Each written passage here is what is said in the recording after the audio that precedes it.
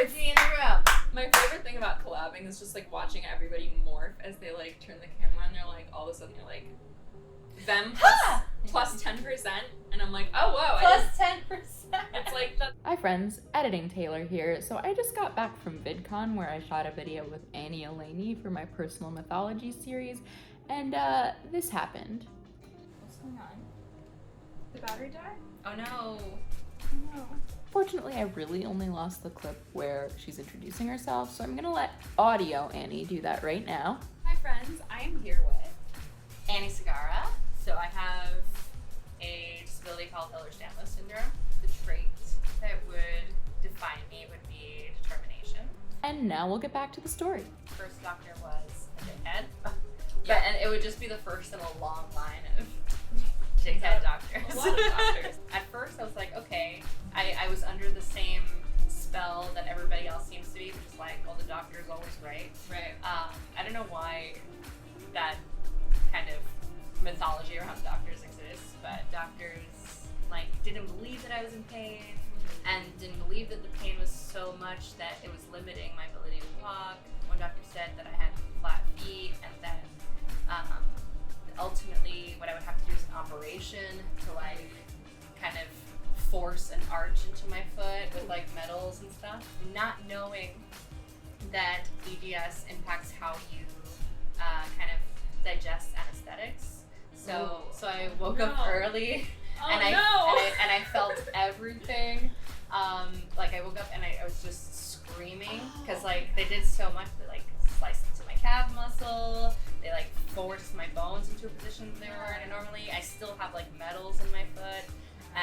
Because of the sensitivity, like they did like some nerve damage that makes it was hard for me to, after my operation, to like even make contact with the floor. Yeah. The floor was lava. Like it was like touching the floor, just contact, not pressure. Contact was like an electrifying pain from touching the floor. For 6 months, for half a year, I couldn't touch the floor. And he was actually nice. He was like trying, but he just like didn't know. Ultimately, I was like, well, if I can't figure out this lower body pain thing, I'm gonna accept using a wheelchair to get around and try to focus on my back pain so that I can get like a desk job.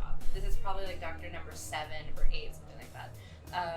And he put steroids in my back, which was supposed to be for pain. And what he didn't know, and I didn't know, was that steroids break up collagen, which is already right. Which with EDS, what you have is defective collagen. So it's kind of like if you have something that doesn't work properly. Let's say a house with like bad foundation in the wood, and then you punch more holes in the wood. Yeah. Like so, then it just doesn't work at all. Yeah. So I was forced horizontal for like 10 days because I couldn't even sit up in my bed after that. And I told the doctor that. I was like, hey, so you gave me this injection and I couldn't sit up for 10 days. And his reaction was, that's not possible. I was like, okay, sure. I was asking doctors, you should test me for EDS. I'm 99% sure that this is what I have. And doctors over and over and over would be like, haha, you don't have that. Like just mocking me, laughing at me, and gaslighting me by telling me that what I was saying was not possible or that I was exaggerating. And this is kind of where like the determination part comes in, because I had to keep finding more and more doctors that would continue to treat me like that. And for a lot of people, I think if you don't have that determination, you just get that one doctor to tell you what you're saying is not possible, or I don't believe you, or you're exaggerating, and they're not going to go see a doctor ever again. They're just going to be like, maybe I am crazy, maybe I am making this up, and like just suffering through. He showed me a scan. He did like an X-ray on my hip, and he was surprised to see that essentially I was walking on dislocated hips because the joints were not connected to each other within the X-ray. And I again pleaded with him. I was like, what you're looking at is more evidence of what I'm telling you and what I'm asking you. I need to be tested for this disease. And again, he laughed and goes, haha, you don't have that. But how do we know if you don't do the test? Because I think he said, but here's what I want to do. I want to schedule you for an operation to fuse your hip joints together. I went full like meltdown mode. I like just started crying and screaming like, you're not listening. And you're willing to risk me being horizontal for the rest of my life. By the winds of destiny, this woman doctor comes in to hand him something, like right at that very moment, and looks to me and sees that I'm like sobbing and in distress in his office. And so she butts in and was like, well, what happened? Why is she crying? And again, in front of her, to her, mocks me, says, she thinks she has Ehlers-Danlos syndrome with like huge eye roll, huge arms. And she says, what? I've never heard of that. Can you spell that for me? She's like talking to me now. And I'm like through tears, like spelling out this long ass word to her.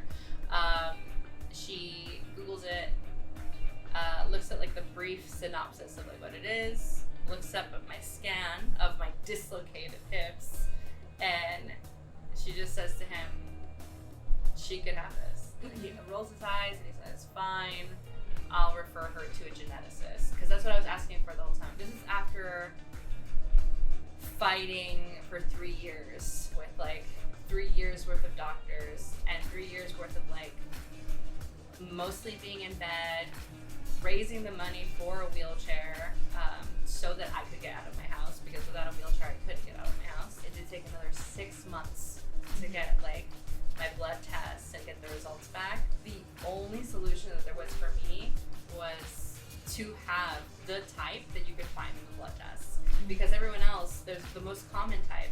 Your doctor just has to know what it is and look at you and be like, okay, you have this and this and this and this, you have EDS. Like, they just have to be knowledgeable and clinically diagnose you. I have a more rare type, and it came out in my blood test.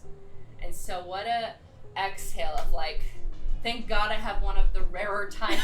Yeah. So that like people stop gaslighting me and telling me that there's nothing wrong. I got my blood test back and it said I have classical type Ehlers-Danlos syndrome, and it was such a weird feeling of like, this was something that I had already basically accepted for myself, and I was fighting to verify. Some people have this process happen for them for decades, like decades of doctors not listening to them. That like it only took me 3 years to like and get the first diagnosis, because EDS is an umbrella diagnosis with like a bunch of stuff happening underneath it.